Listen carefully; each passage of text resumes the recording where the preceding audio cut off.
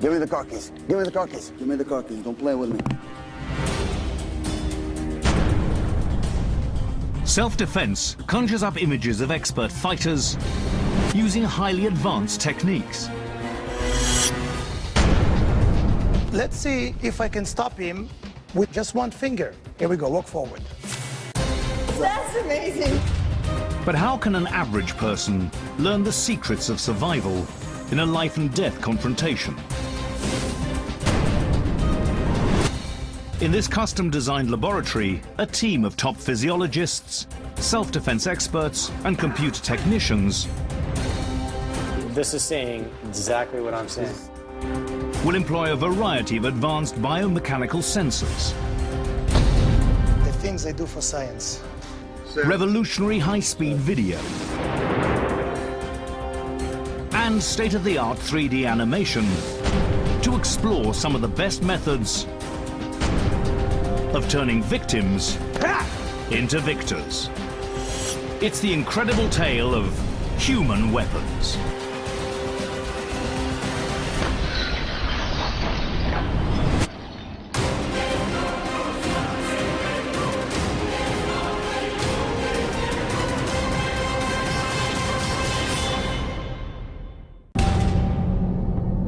Last year, the US Department of Justice reported almost 5 million violent crimes.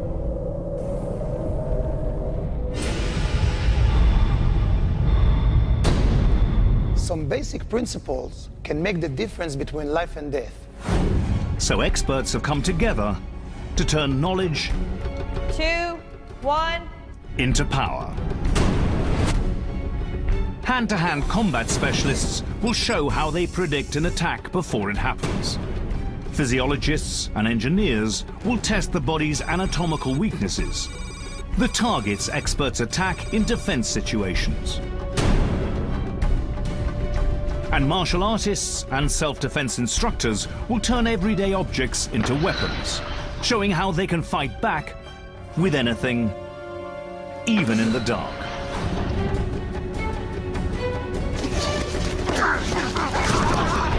All with one goal in mind: to use knowledge of the human anatomy and awareness of one's surroundings to survive a self-defense situation. But what if there was a way to actually predict an attack and prevent it from happening altogether? Awareness is the key to self-defense. Attacks always seem to happen when people are the least prepared for them. They may be on their way home from work or returning to their car after shopping. Suddenly, their life is in danger.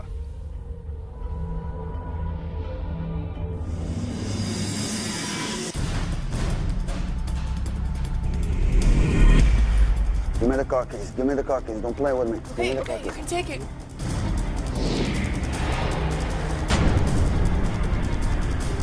The first step in self-defense is as simple as it sounds. Pay attention.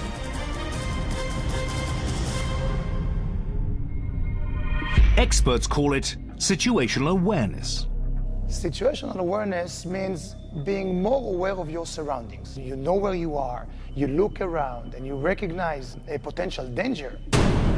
You can react earlier, and you can actually deal with it much better. To show how situational awareness really works, sports physiologist David Sandler has devised a scenario. We'll compare the awareness levels of a self-defense expert to those of an average individual. Television director John Brenkus. Every day we wander around, unaware of our surroundings, and leave ourselves vulnerable to attack. So we have John, who represents sort of the average, ordinary, everyday person. For him, detailed awareness comes very low on his list of priorities. I think that I'm like the typical person where I'm not paying particular attention to any one thing. I'm usually on my cell phone and usually just sort of occupied in my own thoughts. And we have Amir, who has over 20 years of martial arts experience, 3 years in the Israeli military, and has been teaching self-defense for over 15 years. For Amir, awareness is second nature. Well, naturally is to pay more attention to your surroundings, meaning where you are, who is around you. I must stress not to confuse being alert with being alarmed. It's not that I'm paranoid and I'm looking for attacks. No, I'm just more aware of where I am. Joshua Jacoban from Applied Science Laboratories outfits both subjects with an eye tracker. It will reveal everything they're looking at and what they're not. All right, so John, while you're getting fitted here, the plan is we're going to have you go for a little stroll, and we're going to see what happens as you're taking your walk. So this is saying exactly what I'm saying. This is seeing exactly where you're looking. All right. The objective of this demonstration is to illustrate the difference between an expert's situational awareness and the untrained eye of our average man. All right, so John, we want you to walk up the stairs over there, walk down and around, and come back down the stairs and come back to us. All right, I'm gonna be on my cell phone like I always am. All right, you ready? Ready. Go. Right away, John is too focused on walking to the stairs to notice the two threats to his left. The eye tracker records what John is looking at, but there's a big difference between looking and seeing.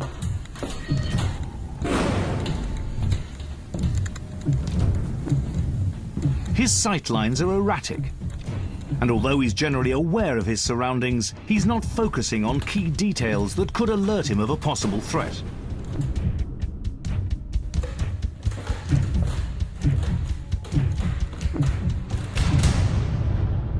Now Amir's trained eye will be put to the test.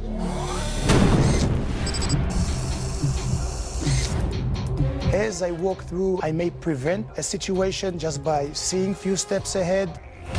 Amir's eyes sweep back and forth in an organized pattern. I add the element of deterrence. I don't seem like a victim. If a potential threat do come up, I know how to react faster and better because I was able to spot it a fraction of a second earlier.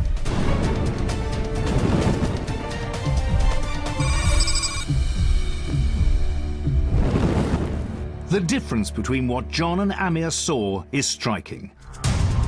The eye-tracking software reveals that John glanced at his subjects, but he paid more attention to obstacles in his way. Amir's perception was radically different. He scanned each subject thoroughly, looking for small details that would indicate a threat level. By just being aware, one can increase reaction time by 300%. Looking at the waistband, looking at the arms, I'm looking for some bulge or protrusion, something outstanding or suspicious. Amir's heightened sense of awareness could have saved his life. I didn't see anything really that Amir saw. I was just concerned with getting to where I was going. If this was a real-life scenario and if any one of these guys was a threat, it absolutely did not register with me, not because I'm not capable of recognizing it, but because I'm not trained to look at the world that way. So step one in self-defense is situational awareness and avoiding trouble before it happens. But what do experts do when trouble finds them? And they have no choice but to fight back.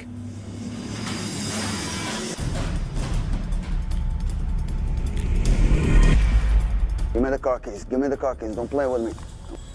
Their first enemy isn't even the bad guy. It's their own mind and their own body. It's called the fight or flight response. And it could either make them victims or fighting machines. The body's first reaction to a threat is in the brain.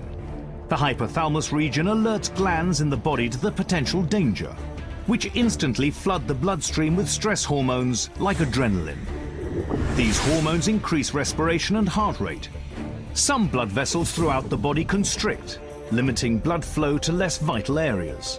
Others dilate, sending nutrients and oxygen to the largest muscles like the quads, triceps, and calves to prepare them for action.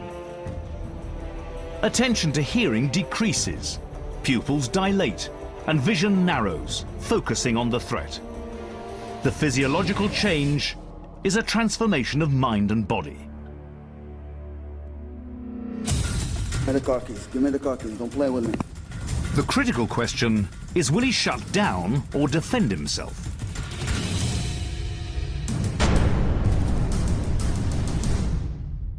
In Instead of running, he chooses to fight back. When you're attacked, adrenaline pours into your system.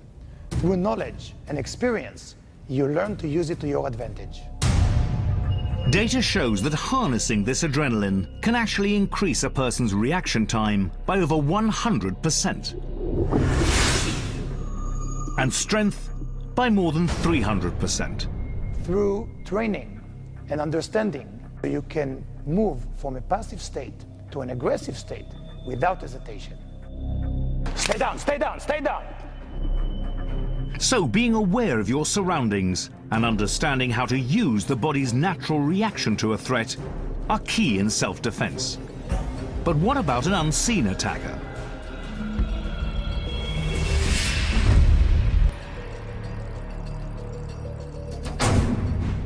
It's no accident that criminals often choose the cover of night or dimly lit areas to attack their prey. Criminals choose to attack in the dark because it's easier for them to sneak up on their victims, and later it's harder for them to be recognized. We wanted to know if fighting blind is really possible. To test this attack scenario, we've asked our self-defense specialist Amir Peretz to wear an assortment of special sensor modules. The things I do for science. So what I've done is we put 12 different sensors on your body right now, and what we'll be able to tell from those sensors is how fast your arms are moving, how fast your legs are moving, how much power you're generating. It's called the FAB system, which stands for Functional Assessment of Biomechanics. This network of three-dimensional sensors will track Amir's body movement in real time, so the scientists can analyze the exact dimensions of his reactions. Okay, we're all calibrated out. So we're going to simulate this attack. So I think we're going to make it a little more challenging, right? Yeah, we're not going to make it that easy for you. We'd like to see you do it with a blindfold on. This is exactly the test that is most realistic, because self-defense means that you start in a point of disadvantage. Playing the aggressor is mixed martial arts fighter Sam Said. We brought in a pro because Amir will be fighting back, for real. Okay, Amir, in order to get our best numbers, we want you to be able to go out as hard as you can on Sam. So we've put a protective suit on Sam because we want you to be as realistic as possible in terms of the moves that you make when you counter his attack. So, David, you want to go ahead and put the blindfold on him?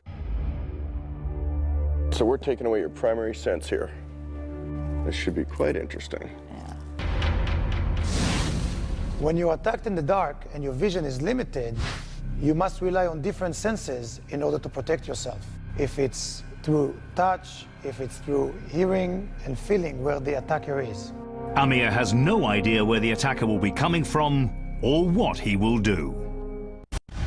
3, 2, 1, go.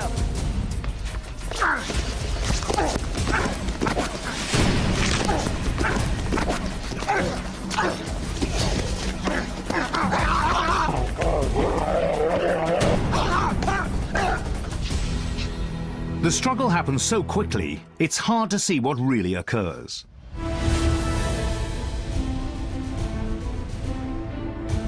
The data and slow motion footage reveal his strategy. As soon as Amir senses the aggressor's point of contact, he minimizes the space between them so he can control the situation without his sense of sight. He relies on his sense of touch and actually pushes his body into the attacker, determining his opponent's body position, weight distribution, and possible exposures. I grabbed him right away and kept him closer to me, see where his weight is, counterattack, and throw him over. And it doesn't matter whether you are 150 pounds or 300 pounds. You have to use momentum and leverage to your advantage. This time, Sam will attack from the front. 3, 2, 1, go.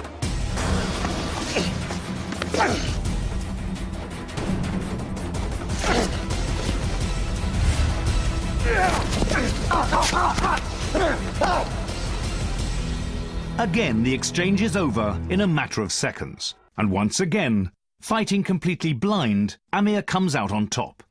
The data reveals how. The moment Amir feels the attacker's hands on his neck, he makes the split-second decision to react both defensively and offensively. He focuses his defense on eliminating the biggest threat, the chokehold. He knees the attacker's body backwards. Then he places his right hip into the assailant's pelvis just below the center of gravity. But he uses his right hand and actually grabs the back of the assailant, pulling him into his own body. From there, it's simple leverage, and within seconds, the attacker is not only stunned and off balance, he's a human rag doll. Of course, for the average person, the knee to the groin may have been enough to effect an escape. For one final test, we've added yet another element of surprise. The attacker now has a Bowie knife, and Amir doesn't know it. 3, 2, 1, go. Give me your money.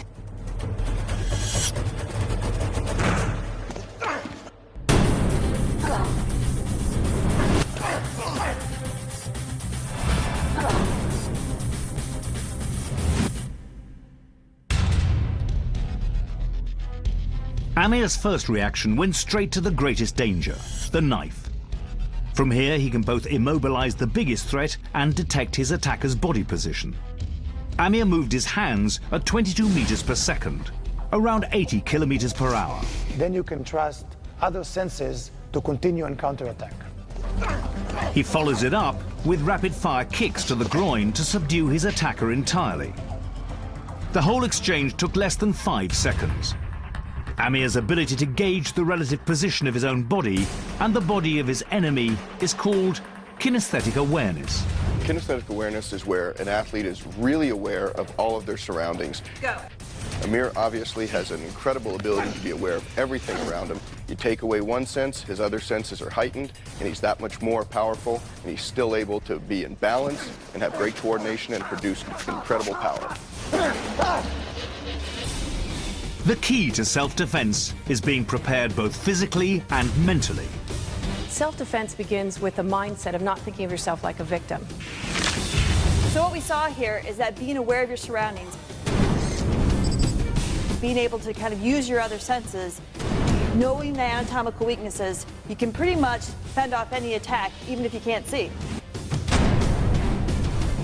It is very hard, but it's important to remember there are things you can do through training and understanding. You will improve your reaction time and your confidence to react.